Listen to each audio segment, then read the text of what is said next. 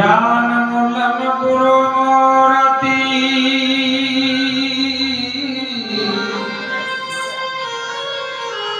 पूजा मूलम गुरुपदम मंत्र मूलम सद्गुरु वाक्य है मोक्ष मूलम गुरु कृपा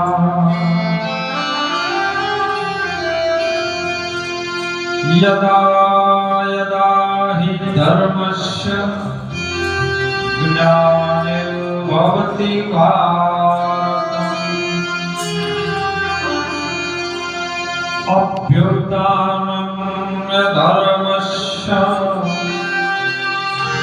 तदात्मानं सृजाम्यहम्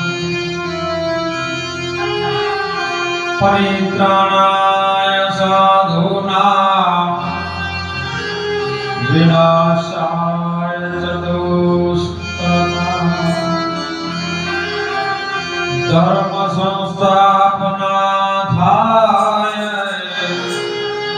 संभवामि युगे युगे। रामचंद्र भगवान की आज पवित्र भूमि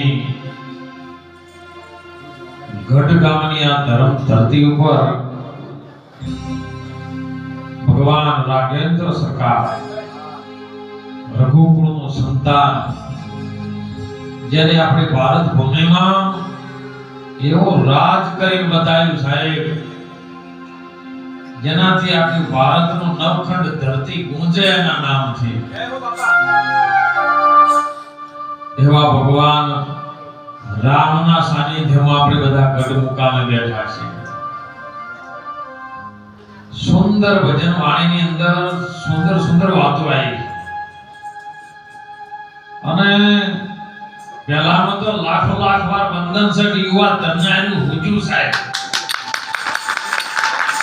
કાલના સમય ટેકનોલોજી યુગમાં યુવા તન્ના હોતા નહીં પણ ભારતના સંતોએ કીધું છે કે ગંગ તરંગ પ્રવાહ ચાલે તો કુંભ કો મેર पियो न पियो। हाल प्रयागराजની અંદર 144 વર્ષે એવો કુંભ મેળો આવ્યો છે। એ ભારત ભૂમિમાં સાહેબ એવો માહોલ જમ્યો છે ને જે બીજા દેશોમાં આનો ન જમી શકે પણ છતાં સંતોએ એનું વર્ણન કર્યું છે કે ગંગ તરંગ પ્રવાહ પ્રવાહ એટલે જે વાહ દાતો હોય પાણીનો જેમ ધોધ દાતો હોય ને એમ ગંગાનો ધોધ દાતો પ્રવાહ દાતો હોય। ગંગ તરંગ પ્રવાહ ચલે તો કુંભ કો નીર પીઓ ન પીઓ। જ્ઞાન ગંગાનો પ્રવાહ દાતો તો કુંભમાં કદાચ ના પીવો ચાલે એમ કે છે સંતો। જેના હૃદયમાં રઘુનાથ બસે તો ઓર કો નામ લિયો ના લિયો। જેના હૃદયમાં રામની સ્થાપના થઈ જાય ને પછી વિશ્વમાં બીજું કોઈનું નામ લેવાની જરૂર નથી। ગંગ તરંગ પ્રવાહ ચલે કુંભ કો નીર पियो न पियो। જેના હૃદય રઘુનાથ બસે તો ઓર કો નામ લિયો ન લિયો। કર્મ સંજોગે સુપાત્ર મળે તમારું કર્મ હારું હોય સંજોગ ભેળા આવે અને જો કદાચ સુપાત્ર મળે तो कुपात्र को दान दियो न दियो। તમારા દાનનો સાચો માર્ગ આ પરમાત્માની સેવામાં આવા ભગવાન રામ નહીં જે વાત સંતોના સત્સંગ રૂપી જો તમારું ધન વપરાય ને તો કુપાત્રનો દાન ન આલવું એમ આ સુપાત્રમ જાય છે। આ તમે જે આ ખર્ચો કર્યો ને એ બધું સુપાત્રમ જાય એટલે એનું ઉગ્યાકાળું રહે નહીં। કર્મ સંજોગે સુપાત્ર મળે तो कुपात्र को दान दियो न दियो। कवि गंग कहे सुन साठ वर मूर्ख थी कदी मित्र कियो ना कियो। हाचा मनोनी मित्रता करवी જેમ સુદામાએ ભગવાન કૃષ્ણની મિત્રતા કરી। મિત્રતા કેવી હોય સાહેબ ભગવાન કૃષ્ણ સુદામાની મિત્રતા તો જોવો એની અંદર કુમારી તો જોવો આપણે અત્યારે ન કરી શકીએ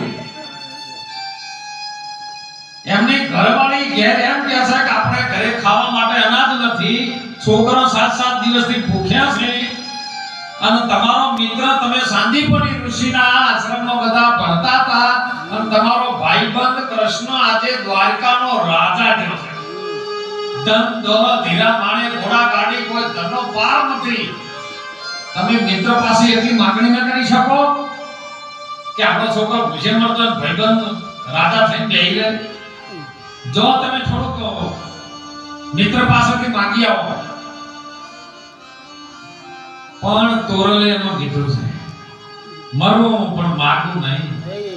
મારા તમને ઘેરે કાજ પણ પરમાર્થને કારણે મને માગતા ન આવે. આમ સાહેબ પરમાર્થ માટે પોતાના દીકરા હતા ને એટલે એના માટે પત્નીના કહેવાથી ઘરનો ઝઘડો ના ઊભો થાય એટલા માટે કે હું માગવા જઉં ખરો, કારણ કે મારો દેશ એ બ્રાહ્મણનો છે, અને બ્રાહ્મણ ભિક્ષા માંગી શકે સાહેબ, સાધુ ભિક્ષા માંગી શકે. ધર્મ સારો મારો અલગ જગાવો જોડી લગાવી પ્રભાત ફેરી ફેરવી અમારો સાધુનો બ્રાહ્મણનો ધર્મ છે સાહેબ. અમારે એમ જાણવું પડે. પણ એના બદલામાં હું કઈક તું આપતી હોય તો એના બદલામાં માંગુ ન કે જાતે ન માંગુ. એમને માંગુ નહીં. મારા મિત્રનું ઋણ ચડે તો હું કયો છૂટો. આ સમય આવી દરિદ્રતા છે, અને કદાચ એનો ઋણ જો મારા ઉપર ચડે તો હું છૂટું ના. તંદુર આલ્યા છે. એની પત્નીએ પોટલી બોધીને તંદુર આલ્યા કે લ્યો આનું માટે આપજો ને એના હાટાનો બદલામાં માંગજો.